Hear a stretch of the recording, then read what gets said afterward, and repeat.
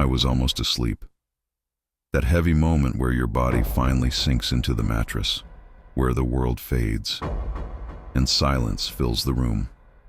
Then, knock. A sharp rap against the front door. At first I thought I dreamed it. I stayed still, listening. Knock, knock, this time harder. Real. My eyes shot open. The clock on my nightstand glowed red. 2:07 a.m. Nobody knocks at that hour, unless it's an emergency. I sat up. The house was dark, quiet, except for the faint hum of the fridge downstairs. I told myself, maybe it was the wind, a branch, a cat, but my chest felt heavy, that deep pull of dread, that sense when your body knows something is wrong. I crept out of bed, my feet cold against the hardwood floor. The knock came again. Knock, knock, knock, slow, deliberate. I froze in the hallway. The sound was clear. It came from the front door. I didn't move closer. Instead, I whispered into the darkness, "Hello?" No answer. Only silence. I held my breath. Every second stretched longer. Then, the voice came. "I need help." A man's voice, low, almost a whisper itself. I had an accident. Please, open the door." My stomach turned. The tone was wrong, too calm, too rehearsed. I didn't answer. Instead, I reached for my phone. My hand shook as I dialed 911.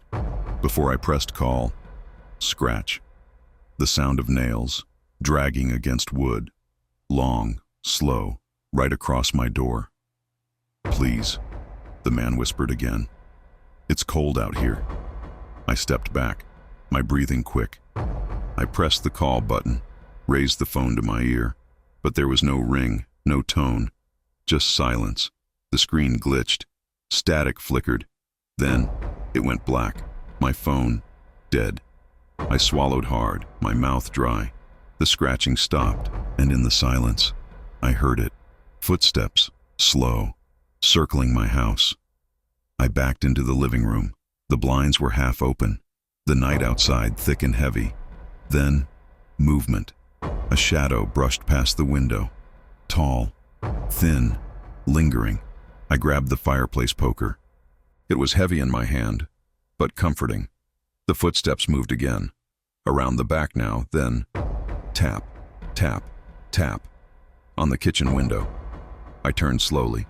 The blinds trembled against the glass. I couldn't see him, but I felt him. "I can see you." The whisper was so close it felt like it was inside the room. I stumbled back, clutching the poker, my knees weak. Suddenly, crash. The back door rattled violently. No, he was trying to force it open. I ran upstairs, my heart slamming in my chest.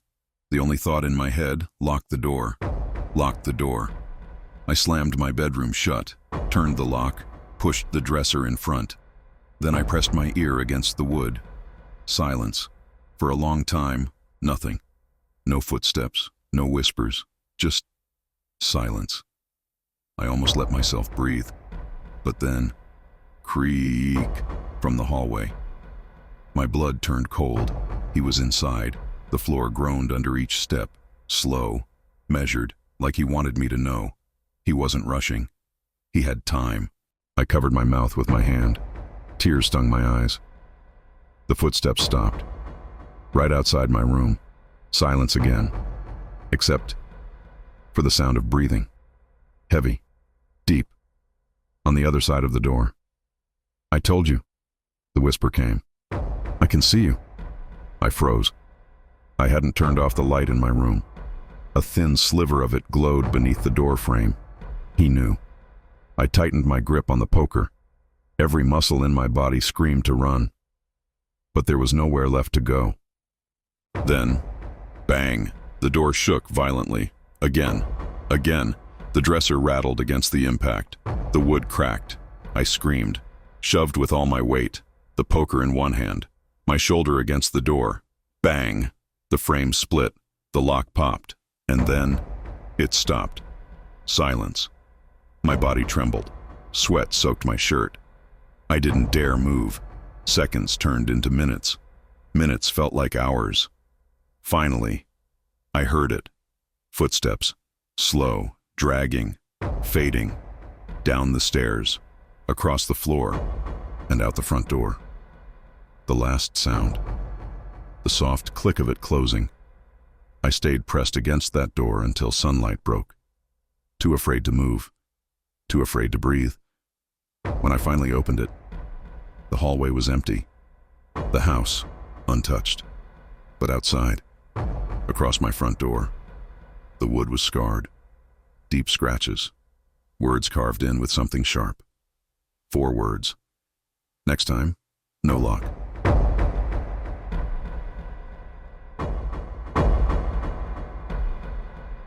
It started small, barely noticeable. I'd come home from work, drop my bag on the table, and something would feel off. A chair slightly moved, a drawer half open, the faint smell of cologne I didn't wear. I brushed it off, told myself I was tired. Maybe I'd left things that way. Maybe I was imagining it. Until the night I heard it. I was lying in bed, scrolling on my phone. The house was quiet, too quiet. Not even the hum of the fridge seemed alive. Then, creak. The sound came from the hall closet, wood bending, like something shifting inside. I froze. My thumb hovered over the screen, every muscle in my body locked. Then, nothing. Silence. I laughed nervously to myself. It was an old house, wood settles. That's what I told myself. But deep down, I didn't believe it. The next night, it happened again. This time clearer, deliberate.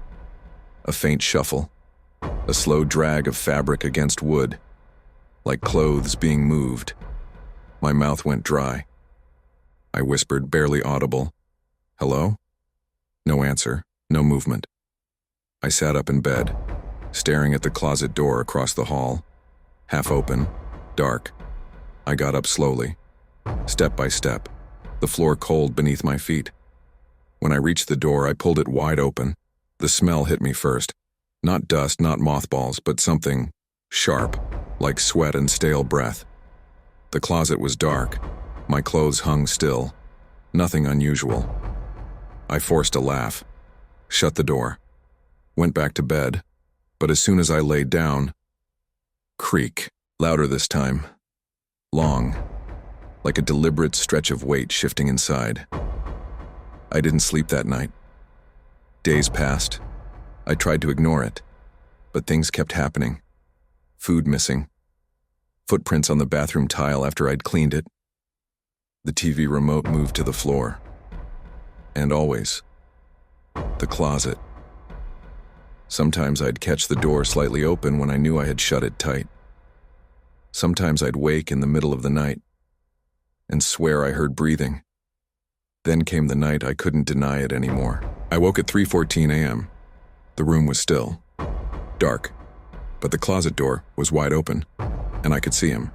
A man, tall, thin, standing half hidden behind my hanging shirts, his face pale, eyes dark, expression empty. I couldn't move, my body locked in terror. I thought it was a dream, a nightmare, until he stepped out. Slowly, one foot on the floor, then the other. He didn't speak, didn't blink, just stared. I scrambled backward on the bed, fumbling for my phone. My hand shook so violently I could barely dial. But when I looked up again, he was gone. The closet stood empty, the room silent. I called the police anyway. They came, checked the house top to bottom. Nothing. No signs of forced entry, no footprints, no man. They left. Told me it was probably stress, exhaustion. But when I tried to sleep again, I couldn't shake the feeling. So I set up my phone, placed it against the nightstand, hit record. I left it filming the closet all night. When I woke, the door was closed. Nothing strange. Maybe I had imagined everything. Then I checked the video. Hours of darkness, silence, until 2:46 a.m. The closet door opened. Slow, silent. A man crawled out, on hands and knees, his face turned toward the camera, and he smiled. For 30 minutes. He stood there, watching me sleep, barely moving.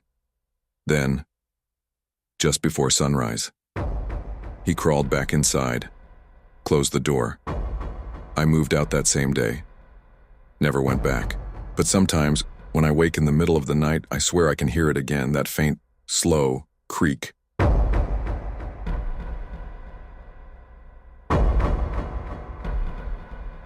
I always hated that basement. The way it smelled of damp concrete. The way the light bulb flickered, buzzing like a dying insect. The way the small rectangular window sat just above the ground outside. Like an eye, always watching. I told myself it was nothing, that everyone had a place in their home they didn't like. But deep down, I knew. Something about that basement wasn't right. It started in the winter. Nights were longer. The wind screamed through the trees. One evening, while doing laundry, I heard it. A faint tapping.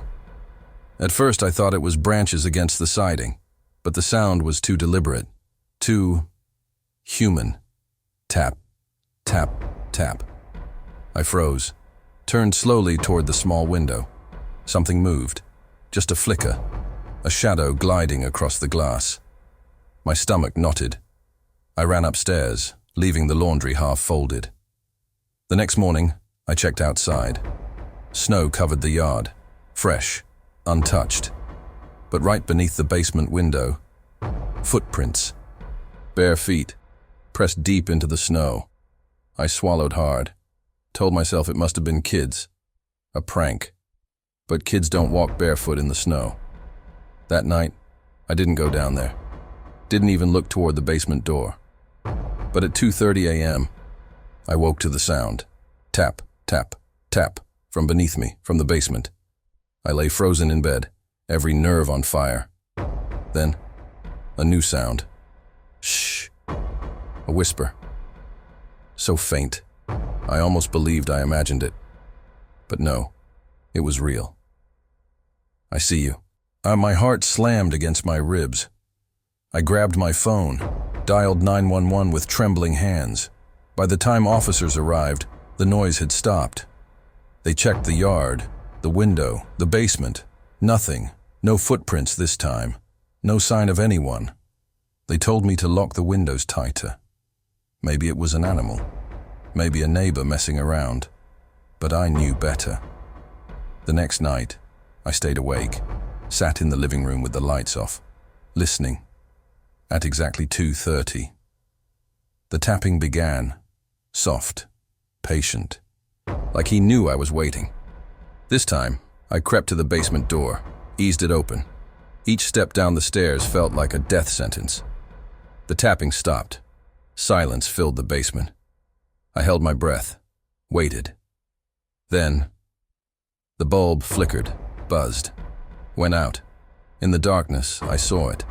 2 pale hands pressed against the glass, fingers long, nails sharp, scraping slowly, leaving streaks across the window, and behind them, a face, eyes wide, mouth open in a grin too big, teeth bared, watching me. I stumbled back, nearly tripped on the stairs, ran to my room and locked the door. The police came again, checked again, found nothing. But the next morning, there were marks on the inside of the window, scratches, on the glass, from the basement side.